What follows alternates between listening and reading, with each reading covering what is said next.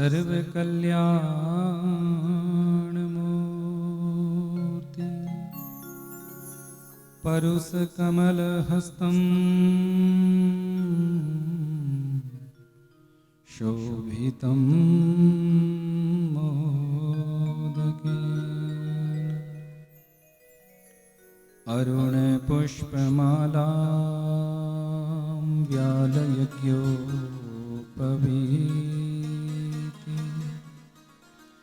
मम हृदयं कुरु निवासम् श्रीगणेशं नमामि। अज्ञानतिमिरान्धस्य ज्ञानाञ्जनशलाकया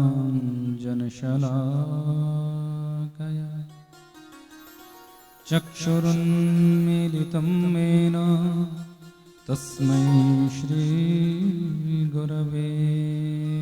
नमः। राधा भक्तर्हरिर्ज्ञानं ताभ्यां या च समन्विता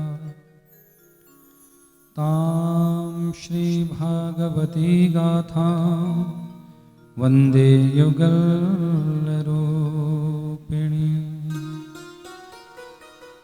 आपदामपहर्तारं दातारं सर्वसम्पदा लोकाभिरामं श्रीरामं भूयो भूयो नमामि।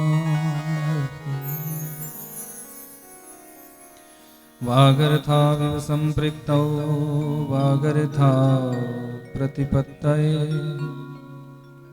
जगतः पितरौ वन्दे पार्वती परमेश्वरौ। अतुलितबलधामं हेमशैलावदेहं दनुजवनकृशानुं ज्ञानिनामग्रगण्यं सकलगुणनिधानं वानराणामधीशं रघुपतिप्रियभक्तं वातजातं नमामि। आइए हनुमंत विराज कथा करूं मति अनुसार प्रेम सहित गादी धरूं विराजिए पवन कुमार। विराजी पवन कुमार।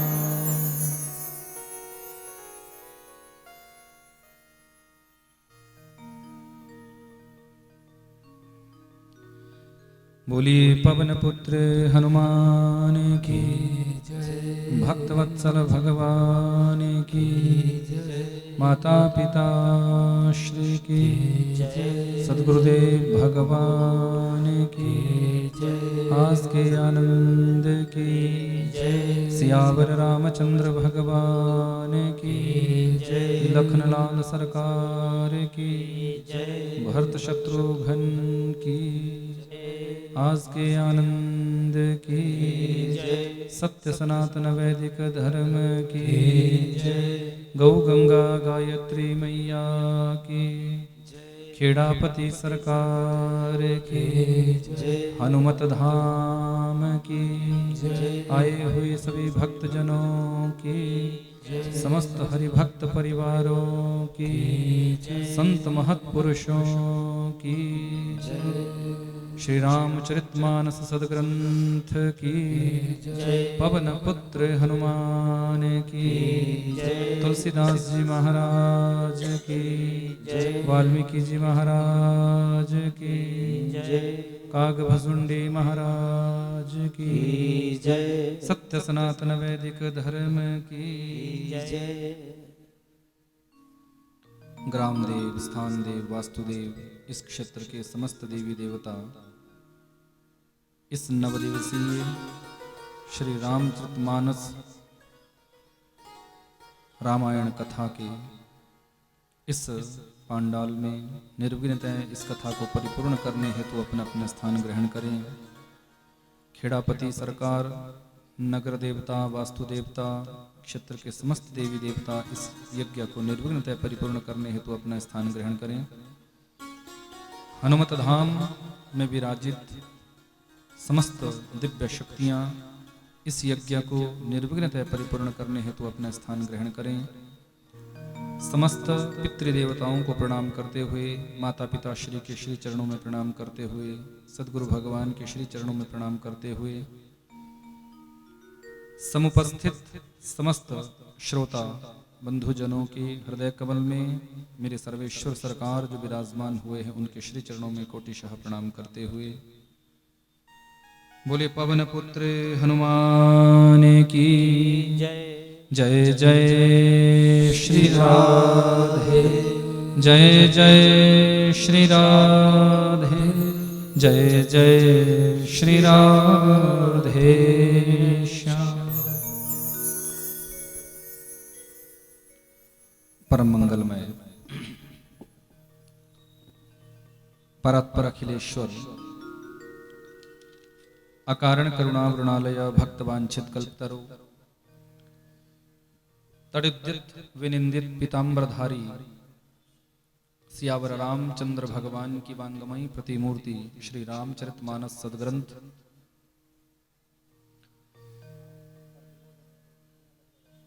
ऋग्वेद, यजुर्वेद, सामवेद, अथर्ववेद रूपी विद्वान ब्राह्मण मंडली,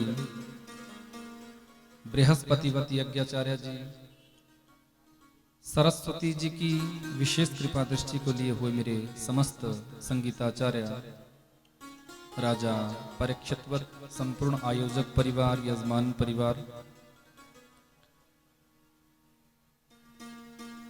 हनुमत धाम की समस्त शक्तियां, मातृशक्ति,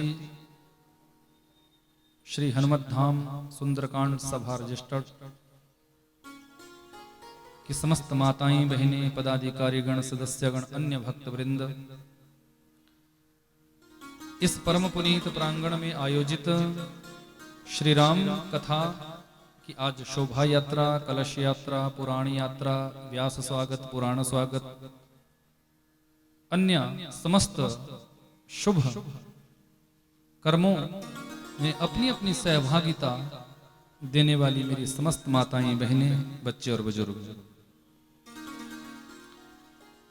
इस कथा का लाइव प्रसारण, डी लाइव प्रसारण फेसबुक पेज और यूट्यूब चैनल से अपने अपने श्रीनिवास से करने वाले समस्त कथा प्रेमी भक्त वृंद, सर्वप्रथम आप सभी के हृदय कमल में जो सियावर रामचंद्र भगवान की दिव्य झांकी विराजमान हुई है उन्हीं के श्री चरणों में मैं सर्वप्रथम कोटिशः प्रणाम करता हूं कि निर्मल मन जन सो मोहि पावा, मोहि कपट छल छिद्र न भावा। अंतःकरण की निर्मलता जिन भक्तों के हृदय में होती है उन भक्तों को ईश्वर की प्राप्ति अवश्य हो जाती है। भक्तवत्सल भगवान की। इसलिए एक तो जय घोष आप उच्च स्वर से करेंगे, पहला दिन है इसलिए समझा रहा हूं। दूसरे, जब भी आपने जयकारा लगाना है दोनों हाथ उठाकर सियावर रामचंद्र भगवान की जय हो, इस भाव में आप जय घोष करेंगे। हाथ नीचे किसी के नहीं होने चाहिए। इसके दो लाभ आपको मिलेंगे। एक तो भगवान के सामने जब प्रणाम किया जाता है, जय घोष किया जाता है, तो ये समर्पण मुद्रा है। मेरा मुझ में कुछ नहीं, जो कुछ है सो तेरा। ये समर्पण भाव है, समर्पण मुद्रा है। और समर्पण मुद्रा में जब आप प्रभु के सामने जय घोष करते हैं तो ईश्वर आप पर रीझ जाते हैं, प्रसन्न हो जाते हैं कि मेरा भक्त जब सब कुछ समर्पित ही कर रहा है, फिर इसकी टेंशन नहीं, फिर आगे की टेंशन तो मेरी है। और दूसरे, जब हम दोनों हाथों को उठाते हैं तो सामुद्रिक शास्त्र के अनुसार, ज्योतिष मत के अनुसार, हमारे हाथ में जो वक्र रेखाएं होती है, टेढ़ी रेखाएं होती है, ईश्वर के सामने उन दोनों हाथों को सीधा उठाकर जब ऐसे हम जयघोष भगवान का करते हैं तो वक्र रेखाएं भी हमारी सीधी हो जाती है। सियावर रामचंद्र भगवान की जय। ऐसे भाव से आप 9 दिनों तक जयघोष करें। और एक बात और सुनना, जितने उच्च स्वर से आप जयघोष करते हैं, श्री स्कंद महापुराण में वर्णन आया है कि भक्त जब मेरे सामने बैठकर मेरी कथा में, मेरे विग्रह के आगे, मेरी मूर्ति के आगे, मेरे स्वरूप के आगे जब ऊंचे से जयघोष करता है और ताली सेवा करता है, मैं तत्क्षण सद्यो हृदय वरुध्यते अत्र कृतिभिः शुश्रूषुभिः तत्क्षणात्, उसी समय मैं उसके हृदय में जाकर प्रकट हो जाता हूं। भक्त वत्सल भगवान की। इसलिए अब लाभ आपका है, मेरा नहीं, मेरा काम था बताना। दूसरे, प्रसंगानुसार जब प्रसंग में ऐसा भाव लगे कि यहां हमें जोर से भगवान के नाम की ताली बजानी चाहिए, तो वहां कंजूसी मत करना, क्योंकि जब आप हाथों से ताली बजाते हैं तो इसको शिव महापुराण में कहा गया है नादो वै ब्रह्म। आपने ताली बजाई, ये शब्द प्रस्फुटित हुआ। शब्द जब प्रस्फुटित होता है तो इसको बोला गया है नाद। और मेरे महादेव जी का जो प्रकटीकरण है, महादेव जब उत्पन्न हुए हैं तो वो नादो वै ब्रह्म, यानी नाद से ही उनका प्रकटीकरण बताया। उनका जो गोत्र है वो भी नाद है, उनका जो नाम है वो भी नाद है, उनका जो प्रकटीकरण भाव है वो भी नाद है। इसलिए हाथों से जब आप ताली बजाते हो तो नाद ब्रह्म का प्रकटीकरण होता है, और मुख से जब आप परमात्मा का जयघोष करते हैं तो नाम ब्रह्म का प्रकटीकरण होता है। जहां नाद ब्रह्म और नाम ब्रह्म दोनों एकत्रित होते हैं, वहीं पर मेरे कृष्ण परब्रह्म कह लीजिए, चाहे राम परब्रह्म कह लीजिए, वहीं पर उनका प्रकटीकरण हो जाता है, क्योंकि दोनों में कोई अंतर नहीं है। एक 13 कला परिपूर्णतम ब्रह्म है और दूसरे 16 कला परिपूर्णतम ब्रह्म है। कि राम कृष्ण दो एक है, अंतर नहीं निमेष, इनके नेत्र गंभीर है और इनके चपल विशेष। दोनों में कोई अंतर नहीं है। अंतर क्या है?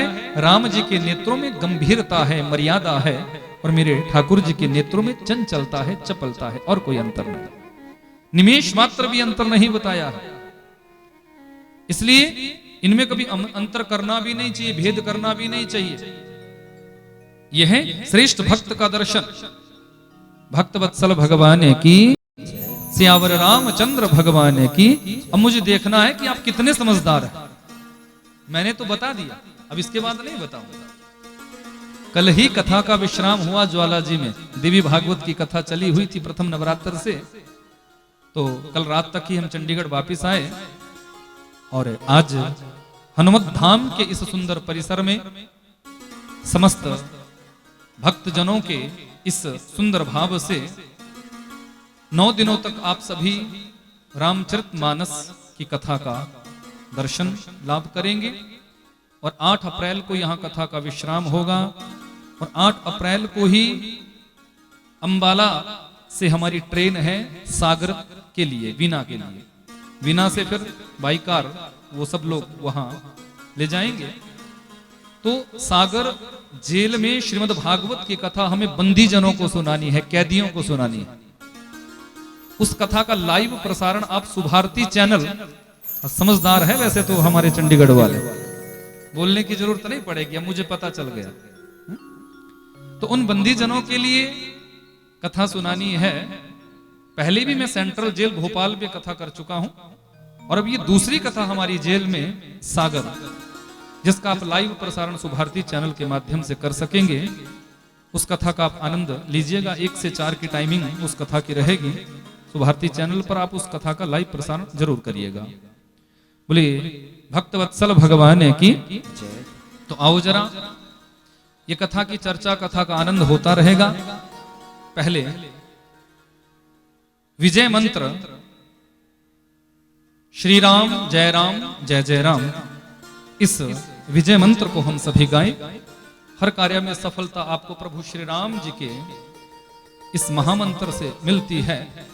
तो ये कार्य भी राम जी का है और राम जी ही इस कार्य को पार लगाएंगे। जबकि आज व्यवस्थाएं आपने देखी होगी कि बरसात होने से काफी दिक्कतें परेशानियां आप सबको आई, हमें भी आई। लेकिन फिर भी मैं देख रहा था कि चलो हम तो गाड़ी में थे, बग्गी पर थे, पर माताएं बहनें तो नंगे पांव बरसात में भीगती हुई भी चली हुई थी। तो आप सबका उत्साह देखकर मुझे प्रसन्नता हो रही थी कि देखो माताओं के अंदर कितना उत्साह है, मातृशक्ति के अंदर कितना उत्साह है। और बंधु याद रखना, जो कार्य इस संसार में मातृशक्ति कर सकती है उस कार्य को दुनिया में कोई नहीं कर सकता, ये भी सत्य है। जगदम्बा महारानी की। अभी देवी भागवत की कथा कह के आया हूं ना, तो वो छवि पूरी अंदर है। वहां तो भगवती का ही गुणानुवाद है। इसलिए तो शास्त्रों में कहा है यत्र नारेषु पूज्यन्ते रमन्ते तत्र देवता। जिस घर में नारियों का सम्मान होता है, मातृशक्ति की पूजा होती है, उस घर में देवी देवता वास करते हैं। और बंधु याद रखना, तीन की आंखों में कभी आंसू मत आने देना। पहला, घर की बेटी, हमारे घर की जो बिटिया होती है उस बिटिया की आंखों से कभी आंसू ना गिरे, प्रयास करना। दूसरे, हमारे घर की माँ की आंखों से भी कभी आंसू ना गिरे।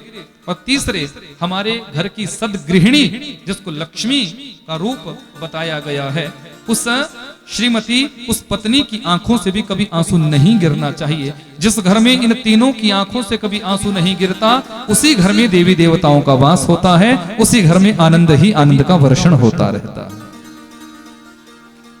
जगदम्बा महारानी की, सियावर रामचंद्र भगवान की। आओ जरा ताली सेवा के साथ विजय मंत्र हम सभी गाएं। उसके बाद फिर आज महात्म्य की कथा का हम थोड़ा आनंद लेंगे। आओ जरा भाव से।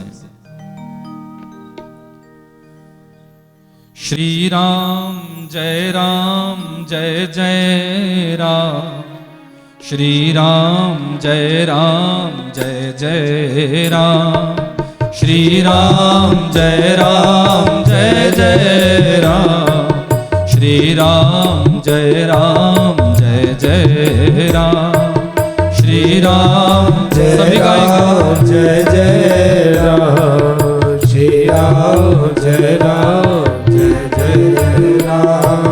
श्री राम जय जय राम, श्री राम जय जय राम, श्री राम जय जय। मीठी मीठी ताली सेवा करते हुए। श्री राम जय राम, श्री राम जय जय राम, श्री राम जय जय राम, श्री राम जय जय राम, श्री राम जय जय। दोनों हाथ उठाकर भाव से सियावर रामचंद्र भगवान की।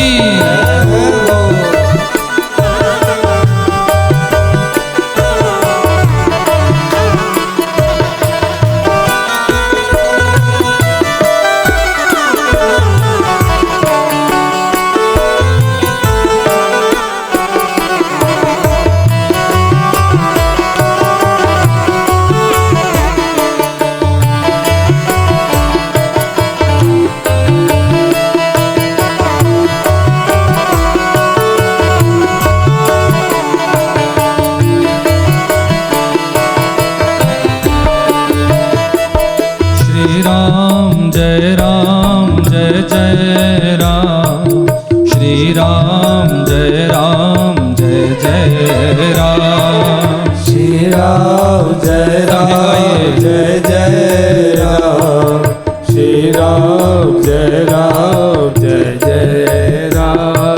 श्री राम जय जय राम, श्री राम जय जय राम।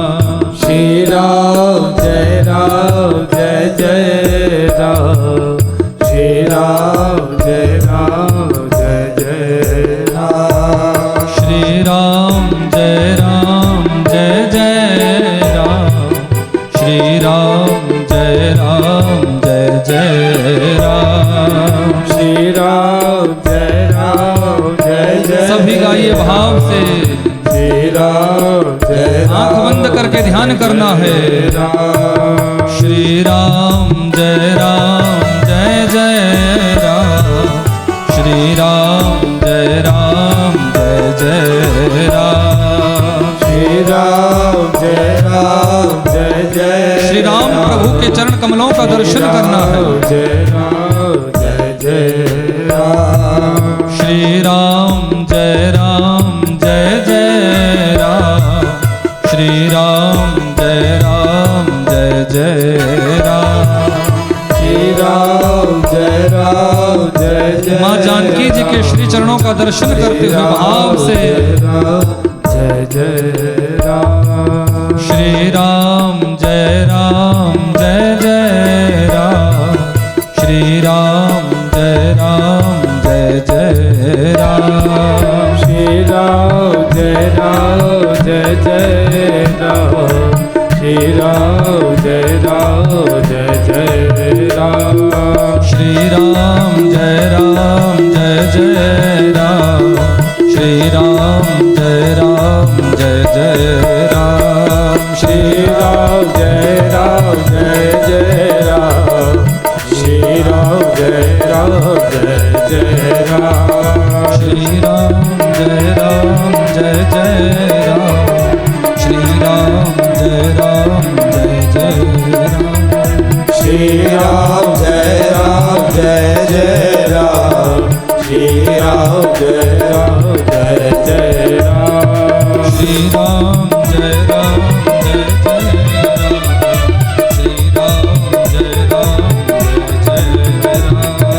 श्री राम जय जय राम। श्री राम जय जय राम। श्री राम जय जय राम। श्री राम जय जय राम। श्री राम जय जय राम। श्री राम जय जय राम। सभी का ये भाव से। जय जय राम। श्री राम जय जय राम। श्री राम जय जय राम। श्री राम जय जय राम। श्री राम जय राम।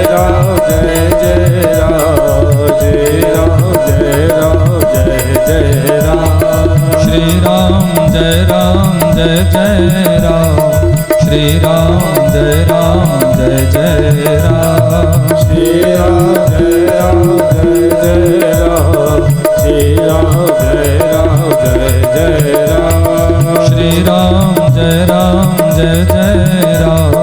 श्री राम जय जय राम। श्री राम जय जय राम। श्री राम जय जय राम। श्री राम जय राम। श्री राम जय जय राम। श्री राम जय जय राम। श्री राम जय जय राम। श्री राम जय राम। श्री राम जय जय राम। श्री राम जय जय राम। श्री राम जय गाइए भाव से। श्री राम जय जय राम।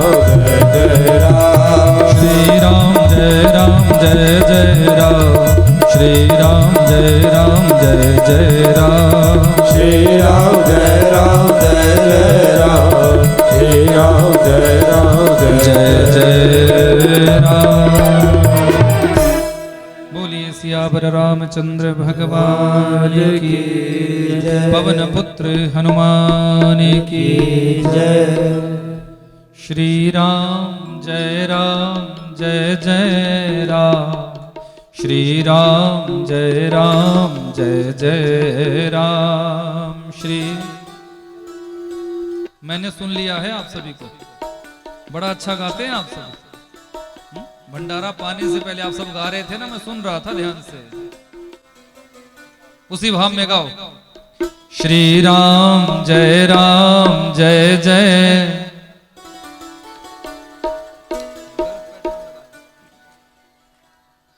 श्री राम जय जय राम। श्री राम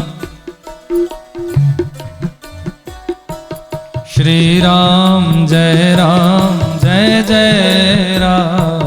श्री राम। बोलिए सियावर रामचंद्र भगवान की। आओ जरा आज की कथा का हम सभी दर्शन करें। देखो, श्री रामचरित मानस की ये कथा बड़ी अद्भुत है। रामायण शतकोटि अपारा। इस संसार में करोड़ों रामायणें लिखी गई, लेकिन जिन रामचरित मानस के आधार पर हम राम कथा 9 दिन तक सुनेंगे, उन रामचरित मानस को जो लिखने वाले गोस्वामी तुलसीदास जी हैं, मुझे लगता है कि पहले हमें उनकी कथा सुननी चाहिए। राम कथा तो सुनेंगे ही सुनेंगे, लेकिन उनकी कथा सुनाना भी मैं आवश्यक समझता हूं, जिन्होंने जन जन तक राम कथा का प्रचार प्रसार किया। वाल्मीकि रामायण दुनिया जानती है, अद्भुत ग्रंथ है हमारे संस्कृत वाङ्मय का, लेकिन घर घर में वाल्मीकि रामायण के वो श्लोक किसी को स्मरण नहीं है, किसी को याद नहीं है। लेकिन इस कलयुग के प्रभाव से बचने के लिए गोस्वामी तुलसीदास जी ने इस कली काल में ऐसे सदग्रंथ की रचना कर दी चौपाई के रूप में, कि छोटे छोटे बच्चे भी, बड़े भी, बुजुर्ग भी, हर कोई जो है रामचरितमानस की चौपाइयों को बड़े सुंदर भाव से गा सकता है और घर घर में राम कथा का उच्चारण हो सकता है। तो इसलिए मुझे लगता है कि पहले उन महान विभूति की कथा को हमें जरूर सुनना चाहिए, जिन्होंने जन जन तक श्री राम कथा का प्रचार प्रसार किया। तो वर्णन आता है बड़ा सुंदर भाव कि कहां उनका जन्म हुआ, कौन उनके माता पिता थे, कैसे उनके बचपन का जीवन रहा, कैसे जवानी में उन्होंने प्रवेश किया, किसके साथ उनका विवाह हुआ, कैसे उनको वैराग्य हुआ और कैसे उनके अंदर प्रेरणा आई कि मुझे राम कथा लिखनी चाहिए। ये सब भाव हम आज श्रवण करेंगे। तो आओ जरा सुंदर भाव कि राजापुर यमुना के तीरा, राजापुर यमुना के तीरा, राजापुर यमुना के तीरा, राजापुर यमुना के तीरा, तुलसी तहाँ बसे मति धीरा, तुलसी से मति धीरा, पंडित सकल शास्त्र विज्ञाता, पंडित सकल शास्त्र विज्ञाता, विद्या में विश्वास अघाता, विद्या में विश्वास अघाता, राम सिया राम सिया राम सिया राम। सभी गाएंगे मेरे साथ। सिया राम सिया राम, राम सिया राम सिया राम सिया राम, राम सिया राम सिया राम सिया राम, राम सिया राम सिया राम सिया राम, राम सिया राम सिया राम सिया राम। राजापुर प्रयागराज बांदा के पास एक सुंदर राजापुर नाम का एक छोटा सा गांव, जिस गांव में आत्माराम दुबे नामक एक श्रेष्ठ ब्राह्मण सरजुपारीण ब्राह्मण वास करते हैं। पत्नी का नाम है हुलसी देवी। इन्हीं के यहां पतिव्रता साध्वी स्त्री है। इन्हीं के यहां सम्मत 1554 में तुलसी देवी श्रावण शुक्ल की सप्तमी अभुक्तमूल इन्हीं भाग्यवान दंपत्ति के यहां 12 महीनों तक गर्भ में रहने वाले एक अद्भुत बालक का जन्म हुआ।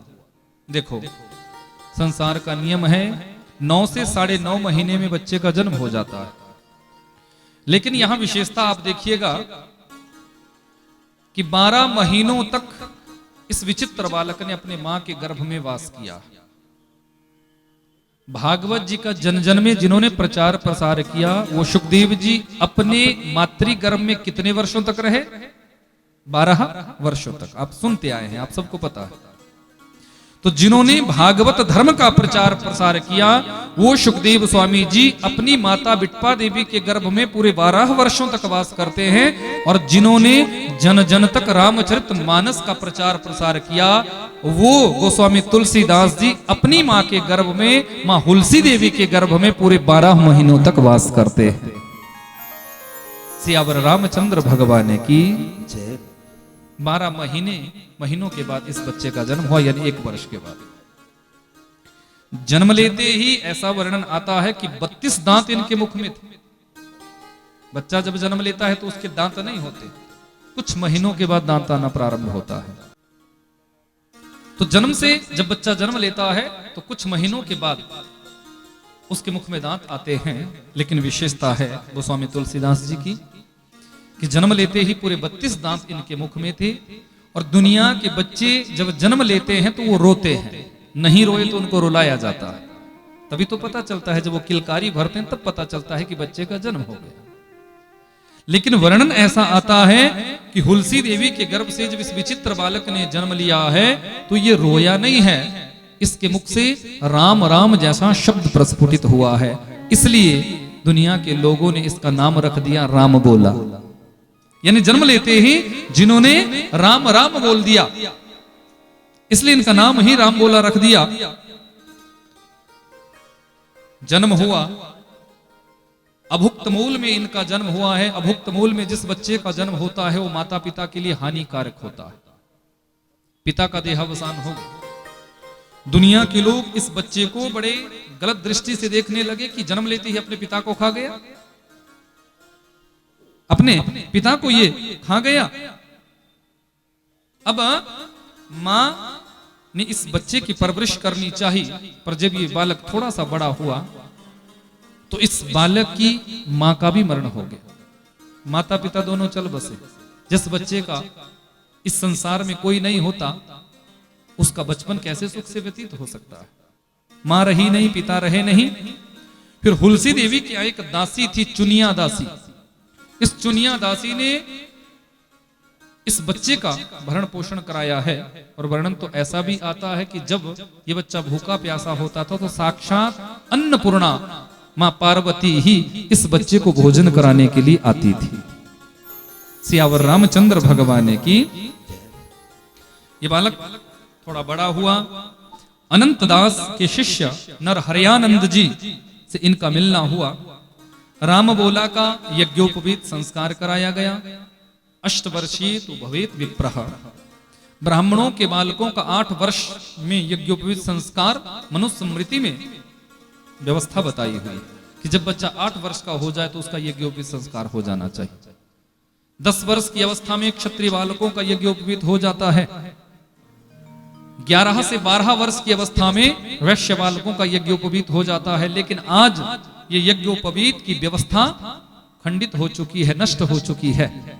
हमारे हिंदू वांग्मय में इस अवस्था में मनुष्य स्मृति के अनुसार, धर्म ग्रंथों के अनुसार बच्चों का यज्ञोपवीत होना चाहिए था। 16 संस्कारों में यज्ञोपवीत संस्कार भी एक श्रेष्ठ संस्कार है। लेकिन आज हमारे ये संस्कार लुप्त हो रहे हैं। 2-4 संस्कार ऐसे बचे हैं जो होते हैं वो भी ढंग से नहीं होते। गर्भाधानम पुंसमनम सीमंतो जात कर्मच। 16 संस्कार हमारे पुराणों में बताए हैं, वेदों में बताए हैं।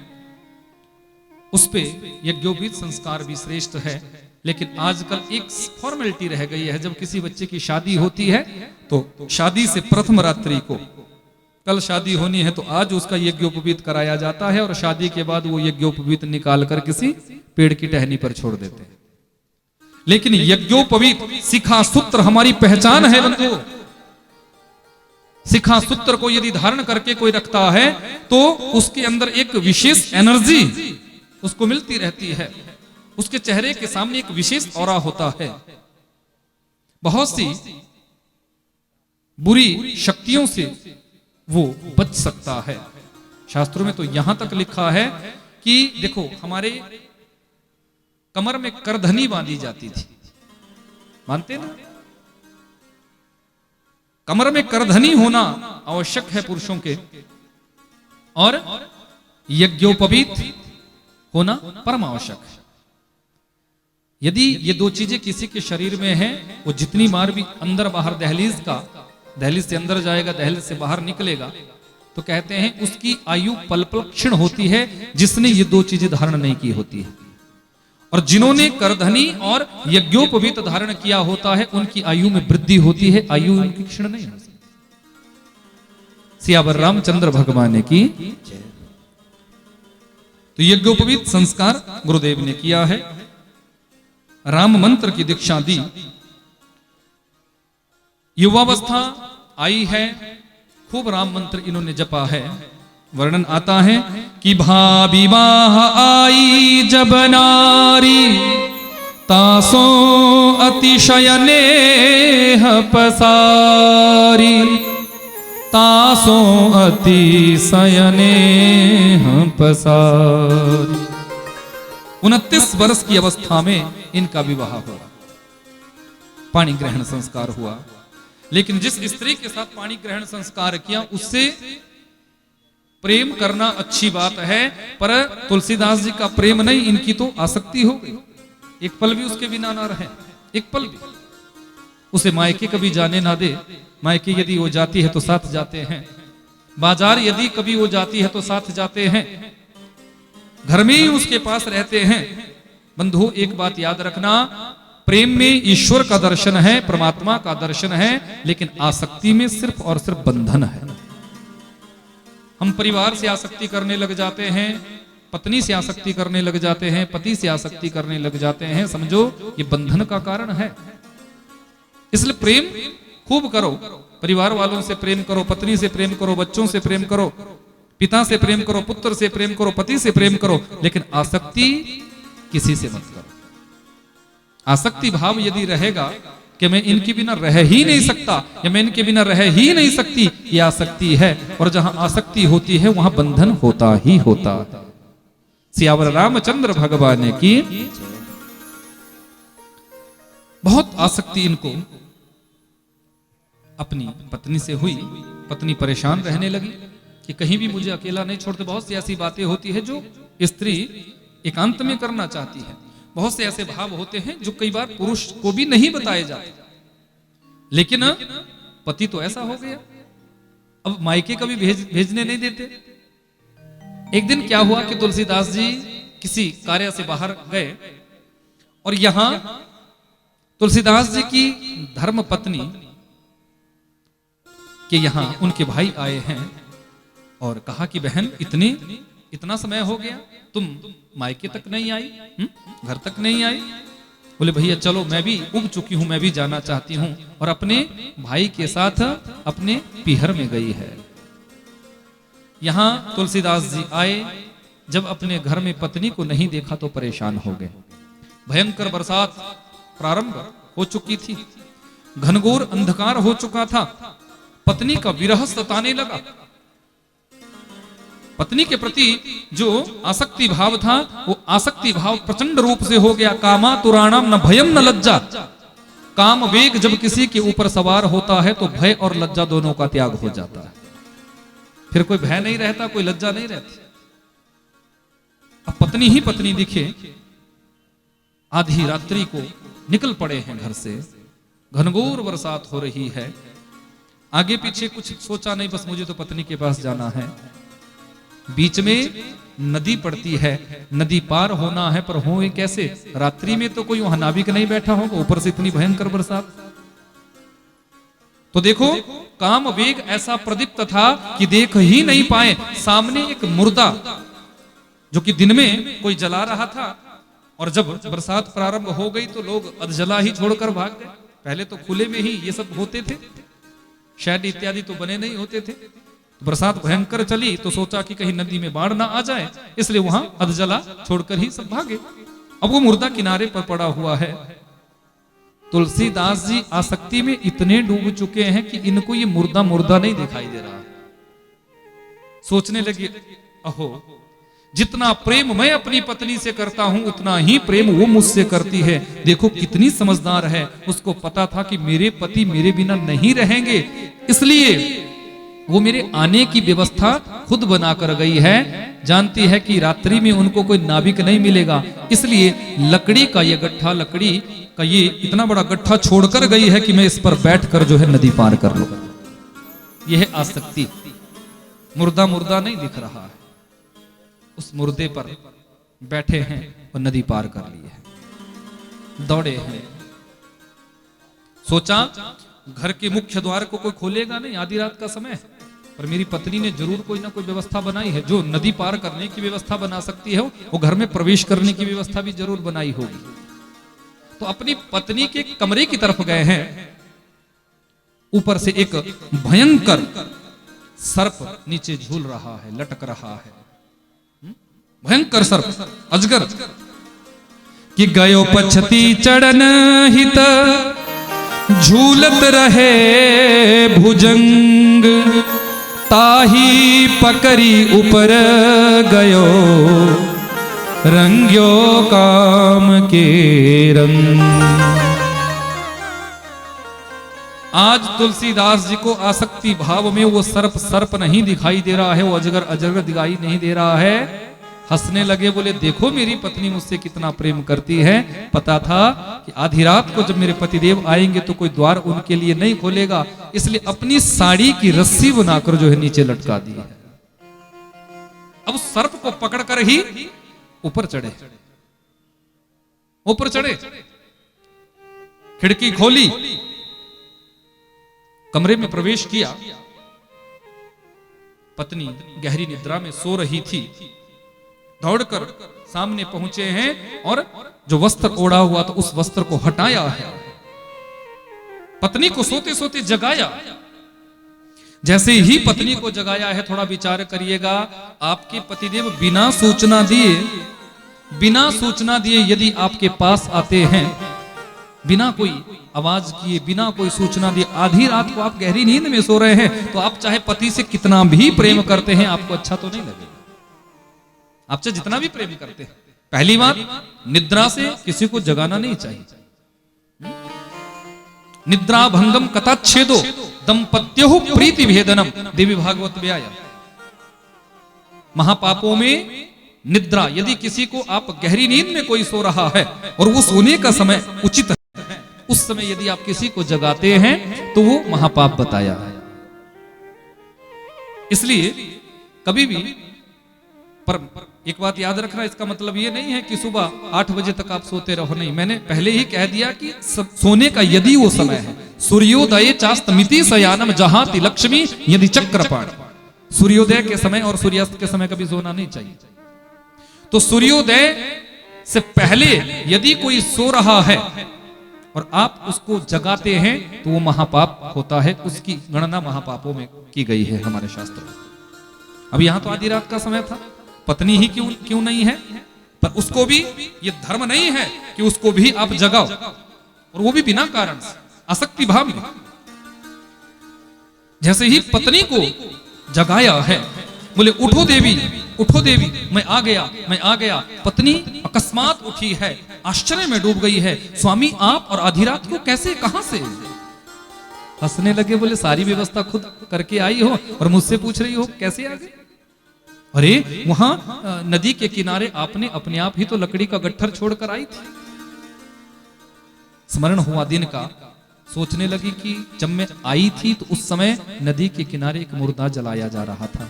अवश्य ही मेरे पति कामासक्त इतने प्रबल हो गए कि इनको वो मुर्दा मुर्दा दिखाई नहीं दिया, लकड़ी का गट्ठर समझकर नदी को पार कर गए। ऊपर कैसे आए? द्वार तो बंद है। हंसने लगे, बोले अपने आप साड़ी की रस्सी बनाकर नीचे लटकाई हुई थी, और फिर पूछ रही ऊपर कैसे आए? जैसे ही खिड़की से नीचे देखा है तो भयंकर सर्प अपने आप को वो डरा हुआ है बेचारा, वो भाग रहा है। समझ गई कि इनको सर्प सर्प नहीं दिखा, अजगर अजगर नहीं दिखा,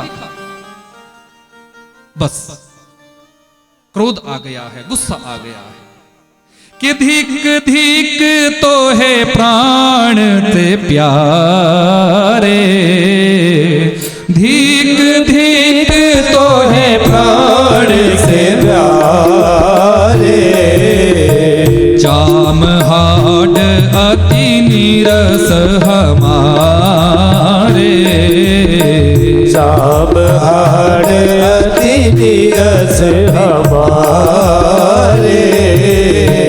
ऐसो मन जो लागत रामई, ऐसो मन जो लागत रामई, ऐसो मन जो लागत रामई, ऐसो मन जो लागत रामई, तौ सुधरत तो हो रो सब कामई, तौ सुधरत तो हो रो सब खाने, तौ सुधरत तो हो रो सब कामई, तो सुधरो तो सब कामे, तौ सुधरत तो हो रो सब कामे,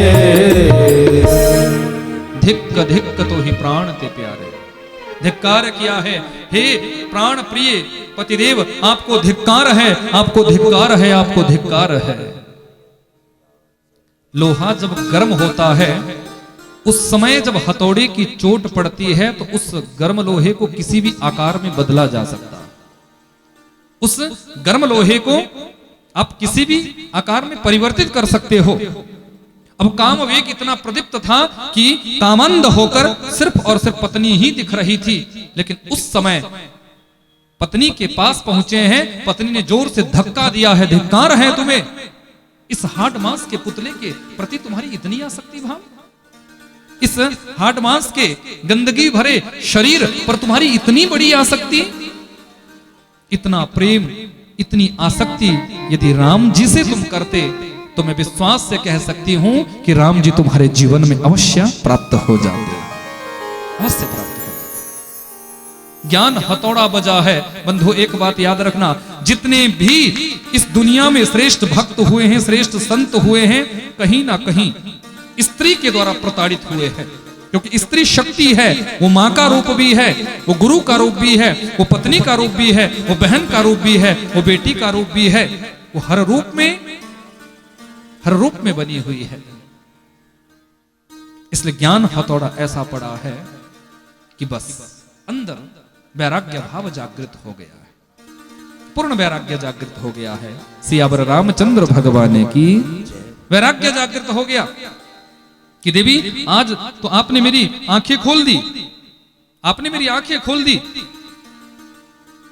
अब सुनाने को तो बहुत कुछ है, पर अब ये जो समय है ना, ये मुझे बांध रहा।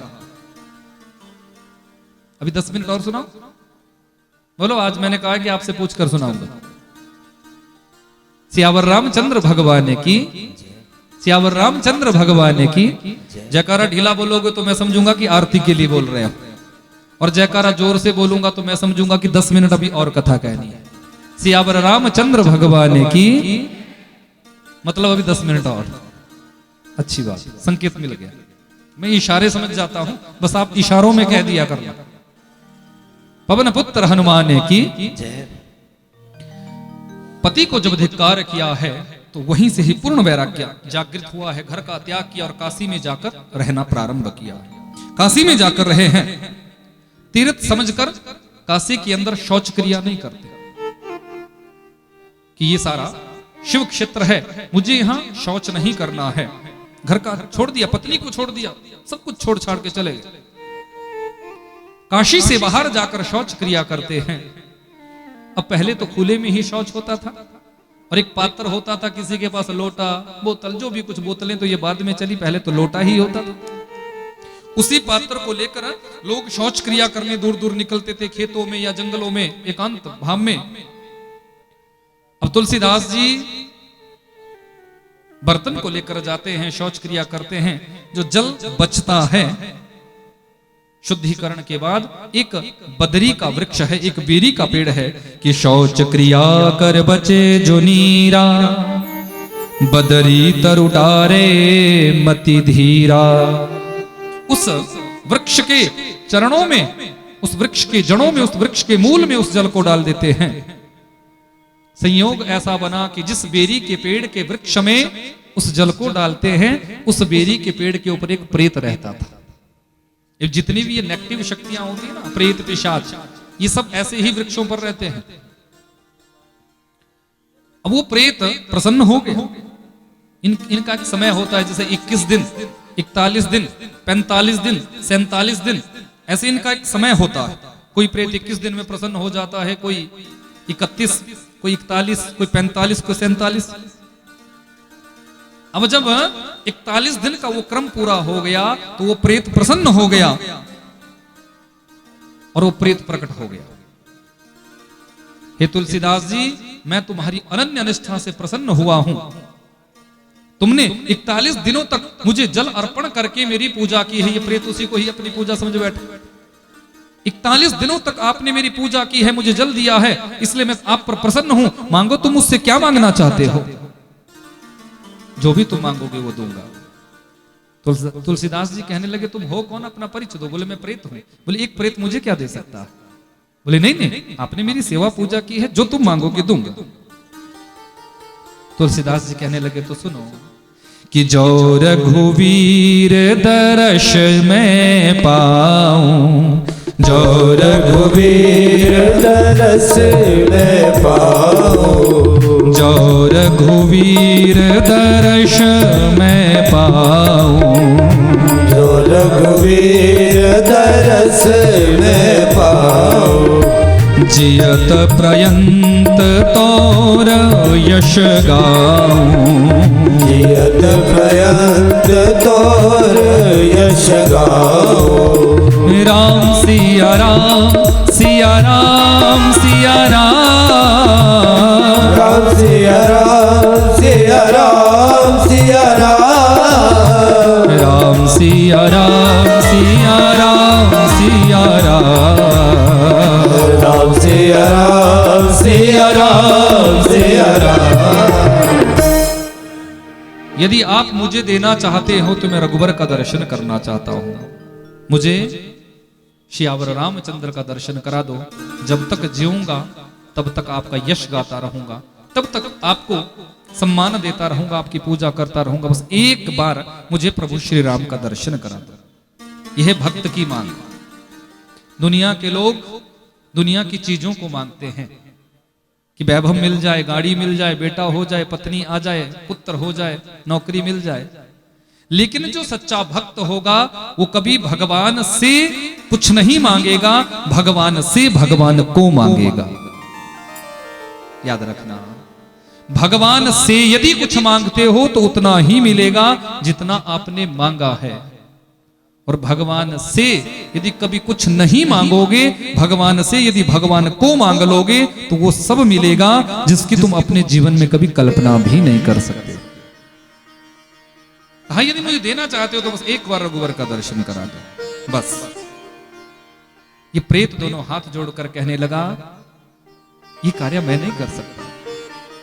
दुनिया का कोई वैभव यदि आपको चाहिए तो मैं तुरंत दे सकता हूं, पर मेरे अंदर सामर्थ्य नहीं कि मैं आपको रघुवर का दर्शन करा दूं।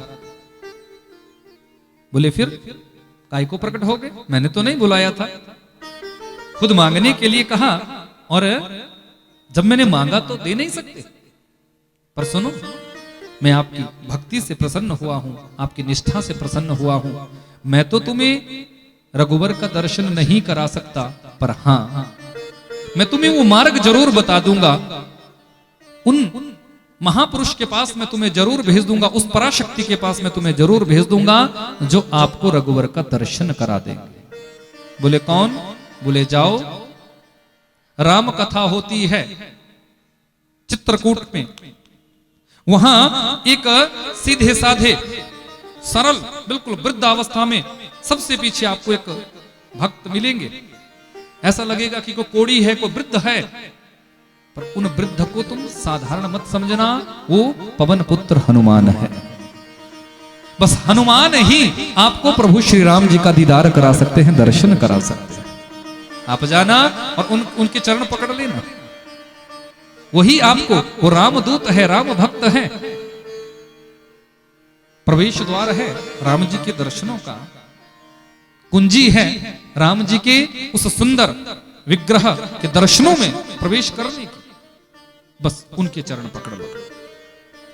यदि हनुमंत लाल की कृपा जीवन में हो जाए ना, तो याद रखना ऐसा कभी हो ही नहीं सकता कि प्रभु श्री राम जी का साक्षात्कार ना हो सके। और मेरा भी सौभाग्य है और आप सभी का भी ये परम सौभाग्य है कि राम जी की कथा जो हम सुनेंगे वो हनुमत धाम के इस परम पुनीत प्रांगण में ही बैठकर राम जी का हम गुणानुवाद श्रवण करेंगे। मैं समय का अतिक्रमण नहीं करूंगा, समय को देखते हुए मुझे लगता है आज की कथा को यही विश्राम।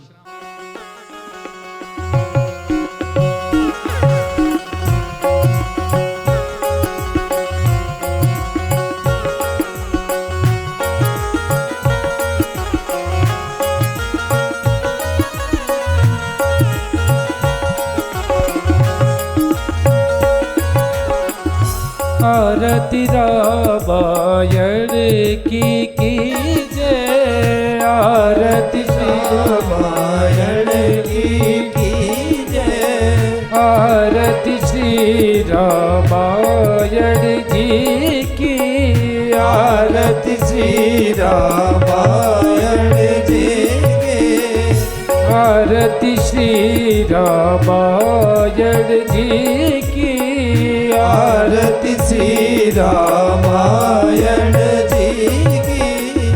गावत ब्रह्मादिक मुनि नारद, गावत ब्रह्मादिक मुनि नारद, वाल्मीकि विज्ञान विशारद, वाल्मीकि विज्ञान विशारद, शुक सनकादि शेष अनुसारद, शुक सनकादि शेष अनुसारद, वरनि पवन सुत कीरति की, वरनि पवन सुत कीरति की, आरती श्री रामायण जी की, आरती श्री रामायण जी की। गावत संतत शंभु भवानी, गावत संतत शंभु भवानी, अरुघट संभव मुनि विज्ञानी, अरुघट संभव मुनि विज्ञानी, व्यास आदि कवि बरज बखानी, व्यास आदि कवि बरज बखानी, काग विशुंडी गरुड़ ही की, काग विशुंडी गरुड़ ही के, आरती श्री रामायण जी की, आरती श्री रामायण जी की। कलि बल हर विषय रस फीकी, कलि बल हर विषय रस फीकी, सुभग शिकार मुक्ति जुबती की, सुभग शिकार मुक्ति जुबती की, दलन रोग भव भूरि अमी की, दलन रोग अब भूरि अमी तात बात सब विधि तुलसी की, तात बात सब विधि तुलसी की। आरती श्री रामायण जी की, आरती श्री रामायण जी की। कीरति ललित से आप आई की, कीरति श्री रामायण जी की। आरती श्री रामायण जी की, आरती श्री रामायण जी